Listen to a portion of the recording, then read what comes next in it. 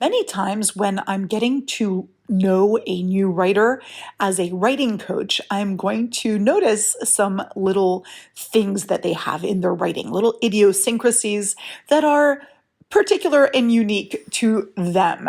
And one of these little idiosyncrasies is that many writers are beautiful descriptive writers.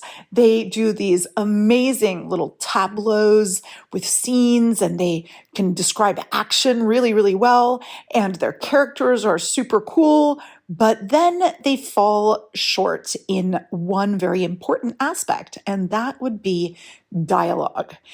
Dialogue is one of those things that some authors love writing and some authors hate writing, but really what we all have in common is that many times we kind of worry about, is my dialogue well written?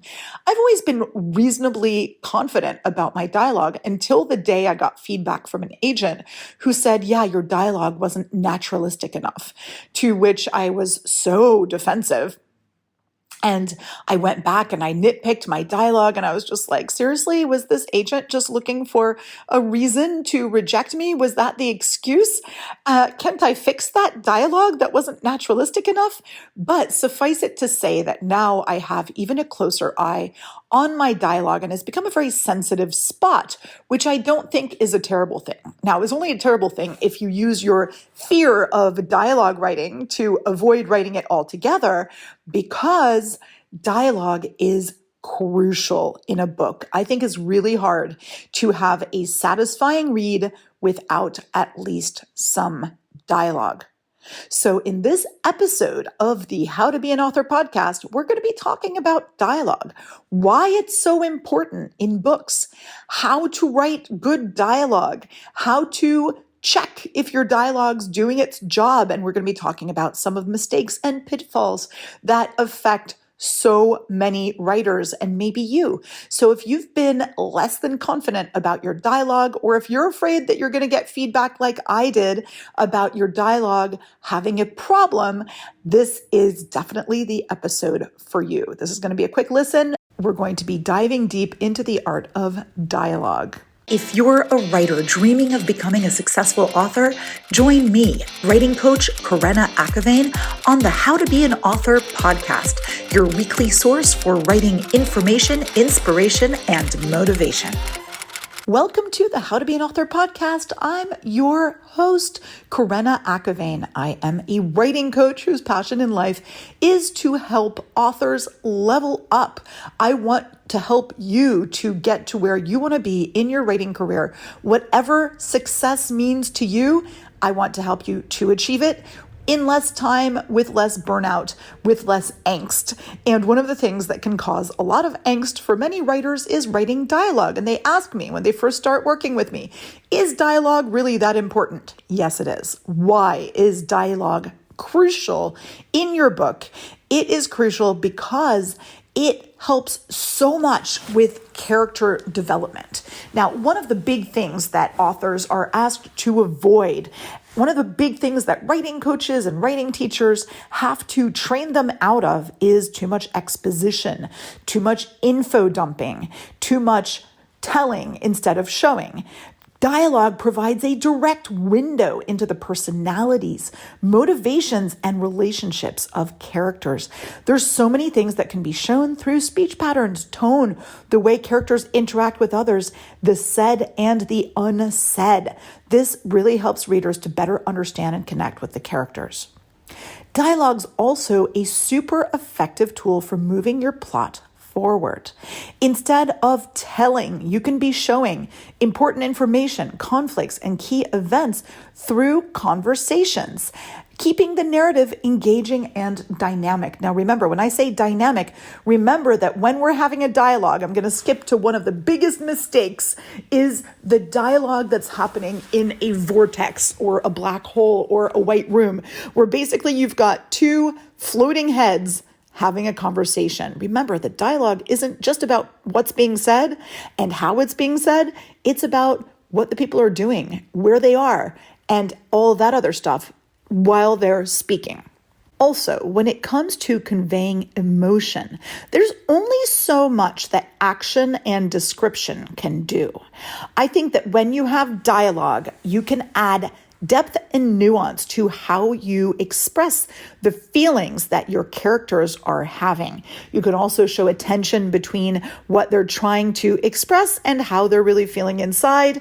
And it just really helps readers all around to better empathize with the characters and to understand their emotional state. Another thing that dialogue does really, really well is create tension and suspense. Whether it's a conflict, a fight, a disagreement, or even just a slightly mysterious, laconic exchange of words, that can really heighten the dramatic elements in your story. You can be watching a couple of characters having a conversation about something, knowing some stuff and not knowing other stuff. It creates this really great tension and suspense. It's a fun reading experience. Instead of relying on exposition, dialogue can be used to deliver information in a much more natural and engaging way. And especially, it can be used to deliver this information when it's needed. Readers are much more likely to absorb details when they're presented in a conversational manner.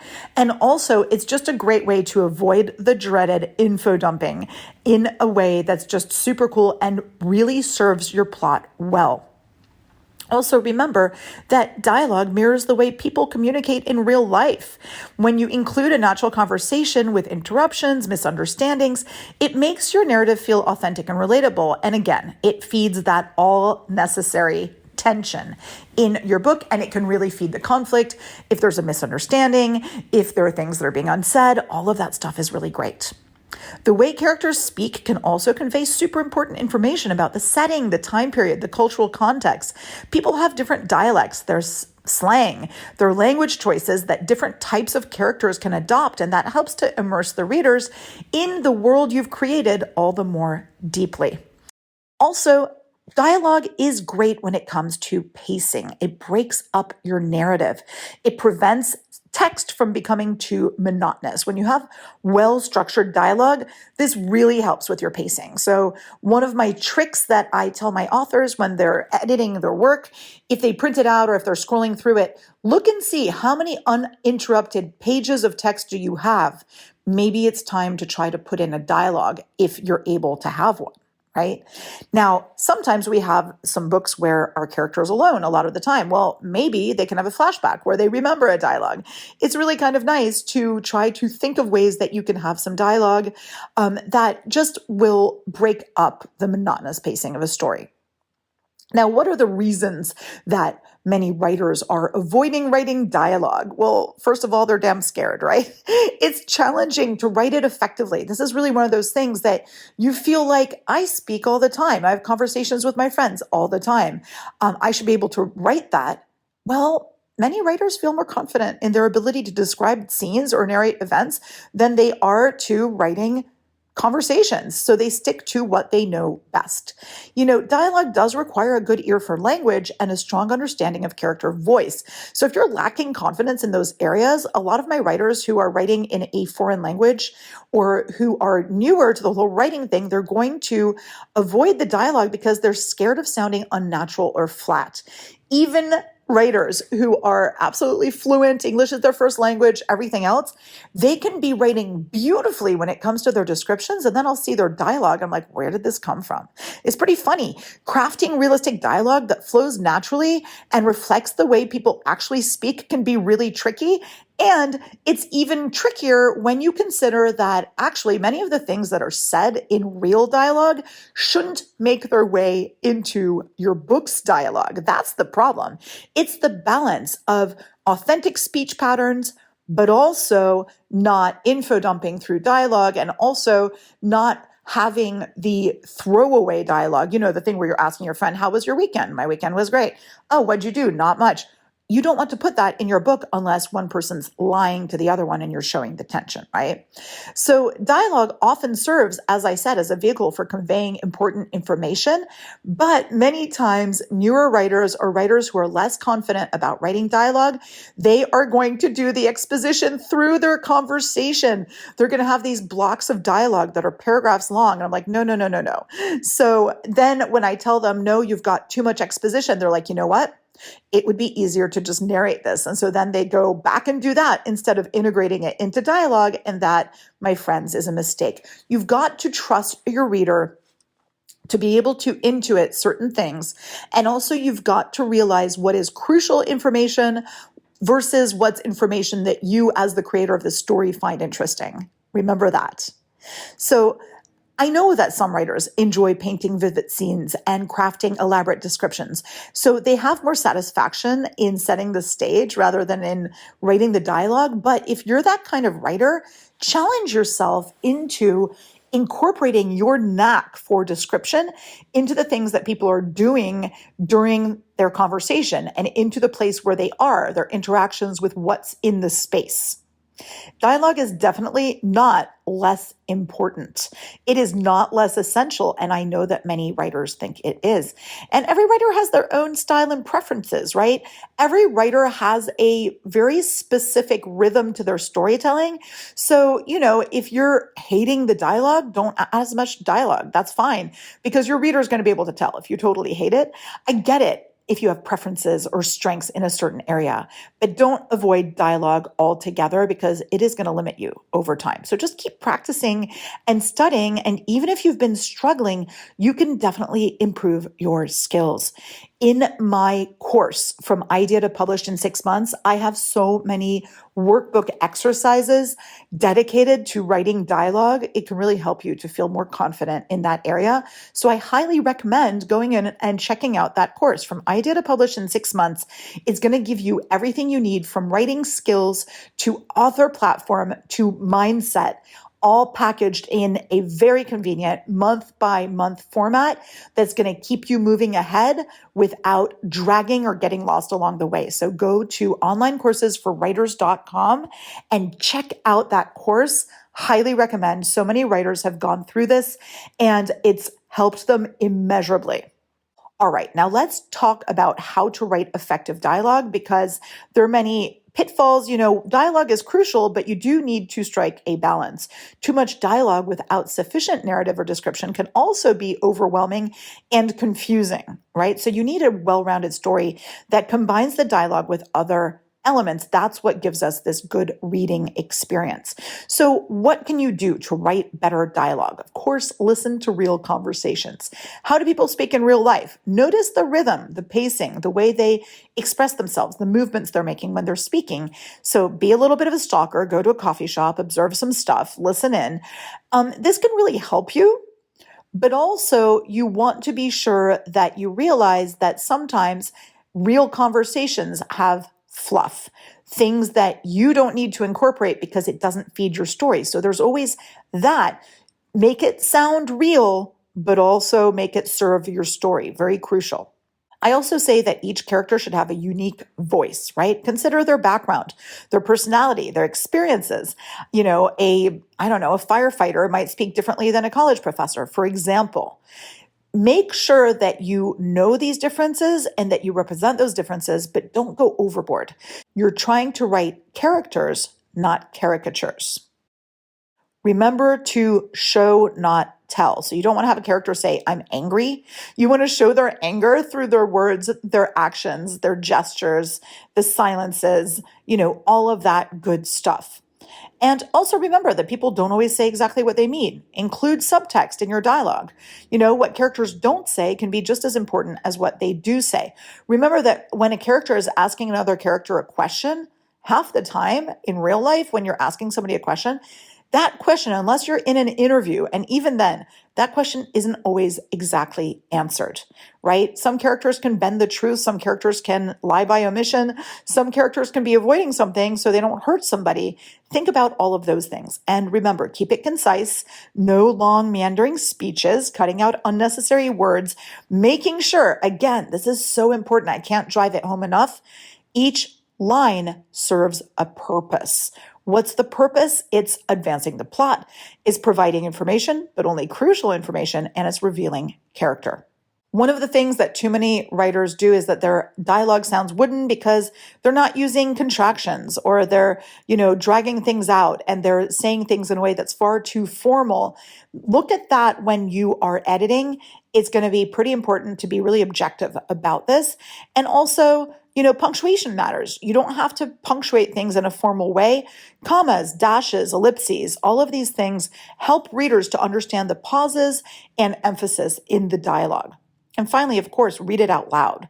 This is a great way to identify awkward dialogue. And some people will say, yeah, I read it out loud. And then I realized that they didn't. They kind of like mumbled it to themselves. One of my big editing tricks that helps specifically with dialogue is that I will record the audiobook before I release a book, if at all possible.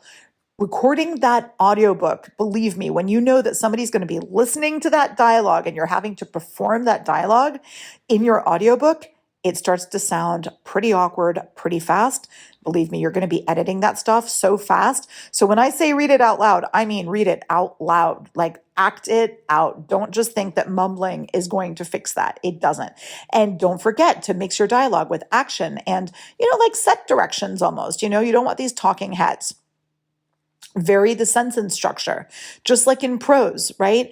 Vary it in dialogue to keep it interesting. Short and long sentences, partial sentences, use these sorts of things to pace the conversation and match the tone. And always consider the context, right? Characters are going to be speaking in a different way to their boyfriend or to their great-grandmother or to their college professor. So think about that. Think about the overall atmosphere. Oh my gosh. I see some writers where, like, for example, you'll have two characters hanging off a bridge, by their fingertips, and they're having this long conversation. I love you, John. I should have told you months ago. Oh, Susan, my gosh. People don't do that, right? They don't do that. So think of the overall atmosphere. You don't want people to be laughing and making your dialogue into a meme. And know when to use dialect or colloquialisms. If your characters have a specific way of speaking, make it consistent, but also you need to strike a balance that adds flavor without causing confusion. I remember reading Trainspotting, and it took me forever to transcribe that Scottish slang and way of speaking that was transcribed. It was kind of cool, but it was also kind of difficult. So let me lean into talking about how dialogue can impact pacing, because I think this is really, really important. Realize first that dialogue often reads faster than descriptive or narrative passages. This is because conversations mimic a rhythm of real speech, and readers move more quickly through dialogue. In fact, sometimes readers kind of skip stuff a little bit. But anyway, if you want to increase the pace of your story, incorporating more dialogue can be really effective. If you have too much dense text, dialogue really breaks it up and creates a little bit of white space on the page. This visual aspect can really make the reading experience feel faster too. If you have short, snappy exchanges or you have rapid fire dialogue, this kind of ups the pace and maybe can up the tension as well and the suspense. So that's really cool. It gives you like this sense of urgency, right? And you really want, even if your story is mostly emotional, even if it's not action or adventure, a fast-paced story, something that doesn't drag, is going to be a really rewarding read for many readers. Dialogue's often interwoven too with action and reaction. And so this is great because instead of narrating things, characters can, provide this immediacy to the story, because when you're integrating the dialogue with action, that narrative flow is working really well. And remember to adjust your dialogue, right? If there's something that you want to slow down, look at how you can do that through the conversation itself. Now, if you're doing a monologue or a soliloquy, this really slows down the pace and it gives these moments of introspection or reflection. These can be valuable for character development, but I think you should use them judiciously because too many of these can bog down the narrative and you're all going to be like, well, Catcher in the Rye has lots of types of monologues. I'm like, that's great. Many times we see these books that were written a while ago, or maybe some authors do this really well, but just because it can work, I still want you to consider whether it does work for your specific book.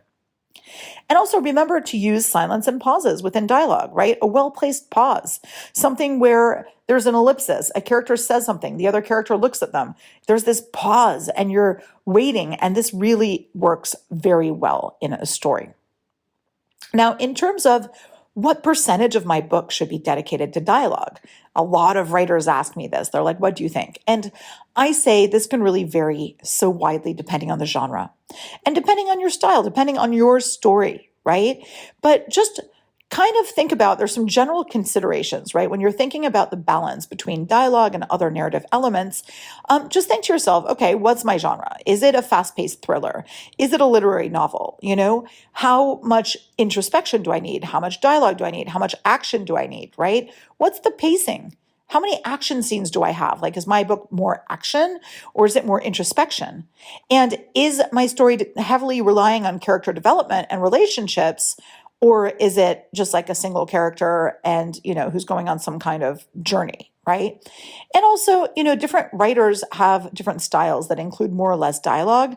And I think the key is to finding a balance that suits your voice. So think about all of those things. Now, instead of focusing really on a specific percentage and instead of, kind of cutting everything as a matter of course, I want you to think about what your dialogue does. So does it have a purpose, right? Each exchange must serve a purpose.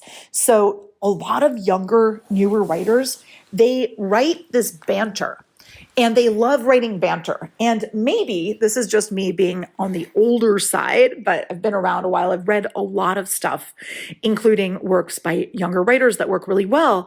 But the banter still needs to serve a purpose because I have so much pushback where it's like, but I love the banter. I like to read the banter. I like to read, dialogues where people are just kind of getting to know each other. Yes, that's great. We do want to have your characters getting to know each other. And banter is cool, but what's the banter doing? What are we learning about these characters and their relationships? Or is there tension building? Is there attraction building, right? So dialogue should never have no purpose other than just fun. Right? I like the fun. Don't get me wrong, but add in a tiny other purpose and you'll be golden. You definitely want that variety as well in the scenes, right? A continuous stream of dialogue is going to become monotonous just as much as a long descriptive passage. So just keep that in mind. Now, when you are looking at your dialogue and when you are getting critique back, some of the things that you're going to want to be looking for is my speech unnatural? That's so common. And it's not a problem. Like, characters end up sounding kind of forced. Just keep tweaking it and keep trying. This is one of those practice makes perfect things. It's something where you're eventually going to figure it out. When your characters don't really have individual voices, many of my writers are going to fight back on this too. They're going to be like, oh no, but my characters are all friends. They're all in the same friend group. They all sound kind of the same. Yes, that's true in a way. This happens in real life. But again, this is a book. So you definitely want to make sure that you're being kind of careful about, can I tell these characters apart when they're speaking? Also, what about overuse of exposition? Is your dialogue unnaturally delivering information, too much of it, right? Are characters talking about something that they should all know? Many times people will tiptoe around something more than actually spilling it out. Even good friends will do that. I was in a conversation the other day where, a friend was talking about her relationship with somebody and she was like, yeah, it's not really working out.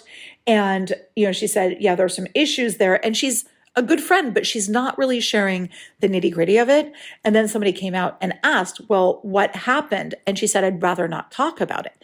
Now that's a great tension-filled dialogue. And it leaves the people who are involved in the dialogue feeling a certain way. So see how effective that can be, right? Also, you want to be really careful about repetition of certain terms or words. There's some catchphrases that some authors like to use, or maybe some slang that people use a lot in everyday life. Like, I get it that everybody's saying bruh these days, but if you're using it in your dialogue every other sentence, even though that might be the way some people speak, it's going to be distracting in your book. And make sure your dialogue's not meandering. Make sure there's not zero subtext or, you need to have underlying meanings and it needs to be kind of consistent with the scene. There needs to be emotion in it.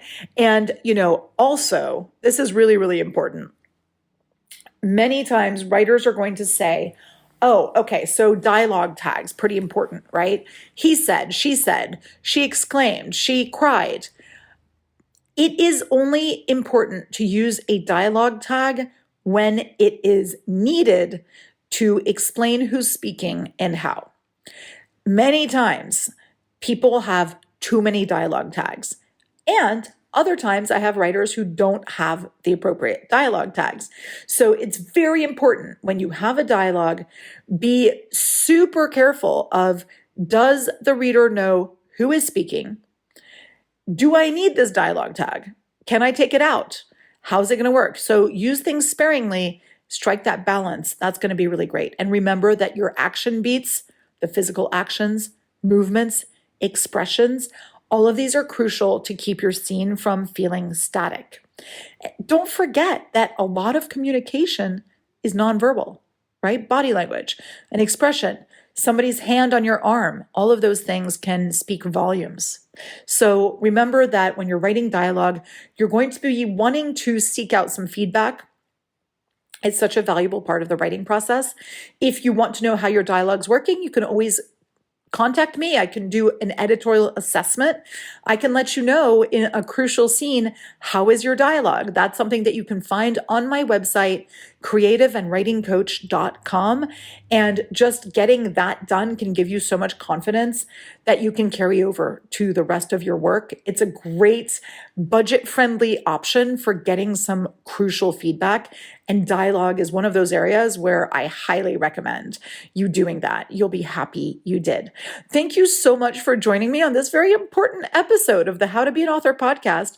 I look forward to being with you next time on the show.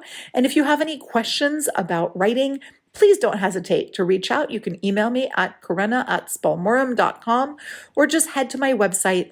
Take a look at my courses, my workbooks, my podcasts, episodes, and all the other stuff that I have available to help you to get to where you want to be in your writing career.